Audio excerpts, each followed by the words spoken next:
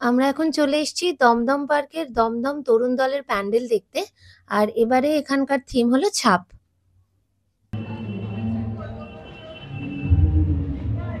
প্যান্ডেলের এই সেকশনটাতে ফসিলের কত ইম্পর্টেন্স সেইটা এখানে লেখা আছে, ফসিল ইতিহাসের জীবনছাপ।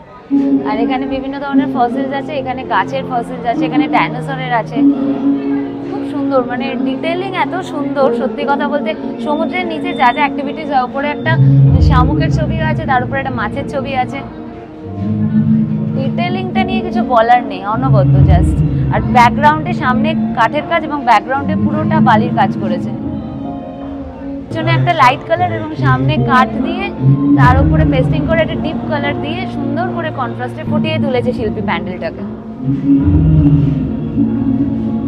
প্যান্ডেলটার একটা সব থেকে ইম্পর্টেন্ট বৈশিষ্ট্য হলো যে প্যান্ডেলটিতে শুধুমাত্র সেই ছাপ আমরা চাক্ষুষ দেখতে পাই, সেইটার বর্ণনা দেওয়া হয়নি।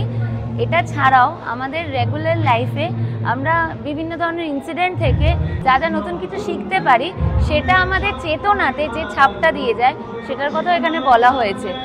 এছাড়া আমি বাইরে একটা খুব ইম্পর্টেন্ট লাইন দেখলাম, আমাদের জীবনে আমাদের শিক্ষক শিক্ষিকাদের যে ভূমিকা, সেটার যে ছাপ, সেটাও এখানে ফুটিয়ে তুলেছে। মানে এত সুন্দর সুন্দর ভাবনা এখানে ফোটানো হয়েছে না, খুবই ইউনিক থিমটা। প্যান্ডেলটার থেকে আমি বলবো, তোমরা যখন এখানে আসবে, এটা যখন ব্যাকগ্রাউন্ডে এদের থিম সংটা শুনবে না, সেটার সাথে মিক্স করে যখন এটাকে রিলেট করবে, ওই ব্যাপারটাই হলো জাস্ট ব্যাপক লাগছে।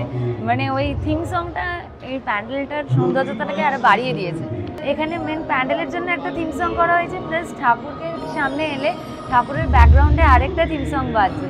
তো একদম ঠাকুরের সাথে প্রপারলি ম্যাচ করে ঠাকুরটা দেখো, যে পুরোনো দিনকার গালার যেরকম স্ট্যাম্পের সাইন থাকতো, এক্স্যাক্টলি সেরকমভাবে ঠাকুরটাকে ফুটিয়ে তুলেছে।